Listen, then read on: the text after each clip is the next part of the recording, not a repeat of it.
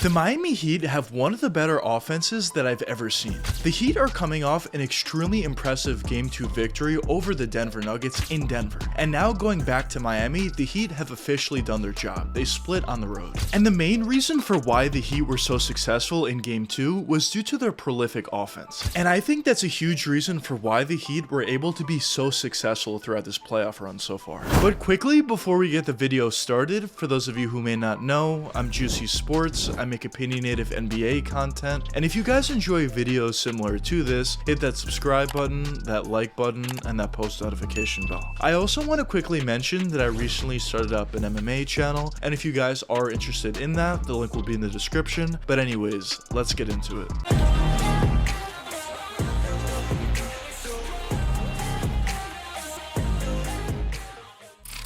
Over the past couple seasons, the Heat have been very consistent in one aspect. They've always overachieved. During the 2020 NBA bubble, they made it to the NBA Finals, which is something basically nobody saw coming, and each and every season, it just seemed like they got a little bit farther than people expected them to. But going into this season, it seemed like this was the first year the Heat were going to underachieve, as during the regular year, they just didn't play well whatsoever. A lot of their guys that were supposed to hit three-point jump shots at a consistent rate just weren't doing so whatsoever, and even some of their better guys just weren't playing all that well during the regular season, to be honest. And due to that poor play, the Heat found themselves in the play-in tournament going into the playoffs. And after losing their first game against the Atlanta Hawks and eventually winning their second game, their first round matchup was going to be up against the Milwaukee Bucks, which I touched upon in a lot of different videos, but a series that nobody expected them to win. But of course, as we all know at this point, they ended up winning, and now they currently find themselves in the NBA Finals after being the underdog in literally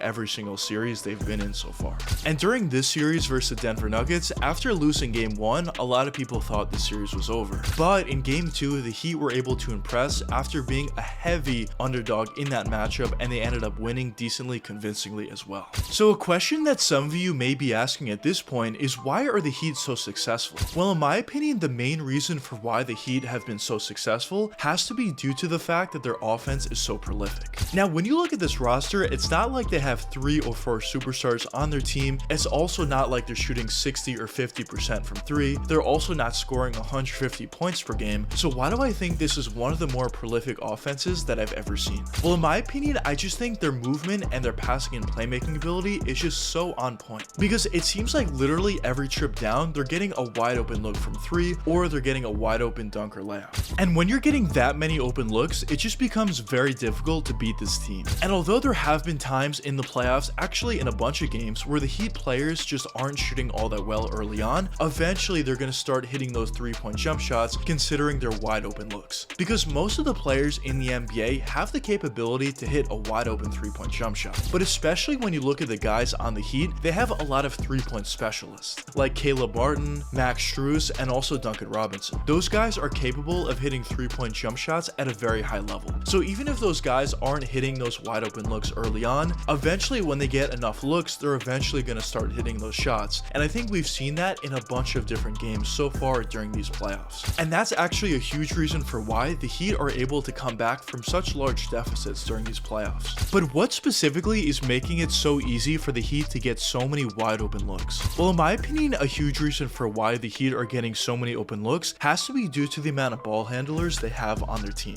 Of course, they have Jimmy Butler, they have Kyle Lowry, Caleb Martin, and Gabe Vincent. All those guys have the capability to not only create for themselves, but also create for others. And that just makes the Heat offense that much more diverse and that much more effective, because the defense needs to respect all of those different guys for not only creating for themselves, but also creating for others as well. And also due to the fact that the Heat have so many 3-point specialists on the roster also makes it so much easier for them as well, because the defense needs to respect all those different individual shooters, and there's just so much more room to drive all the way to the basket and either finish around the basket, or when the defense eventually crashes, the Heat players could just kick out to wide open shooters. Now, the last reason for why I think the Heat are able to get so many good open looks is due to their coaching. The Heat do a really nice job at running crisp offensive sets, and it seems like whatever plays they do run, it always ends with a wide open look, either at the basket or a wide open look for a 3. And I just think the Heat's offense is so prolific due to those factors. But the next factor for why I think the Heat have been so successful so far throughout these playoffs has to be their defense. Because as I mentioned before, the Heat clearly have a great offense, but if they didn't have a good defense or even a great defense, I don't think they would be nearly as successful as they are. Because even if a team is the most prolific offensive team ever, if they're not able to defend anybody, it would be very difficult to be very successful. Because in certain games, inevitably, there's just going to be certain nights where that team isn't scoring all that effectively. Maybe it's due to the opposing team playing great defense, or it's just due to the fact that it's not that team's night. They're not shooting all that well, even if they're open looks. And if their offense isn't rolling all that effectively and efficiently, and they can't guard anybody defensively, it's going to be very difficult for that team to win. But when you look at this Heat team, they actually have a really good defense. And a huge factor for why they play such great defense is they have great defenders on the roster, but they also are very well coached, and they do a really nice job at switching between man-to-man and also running zone.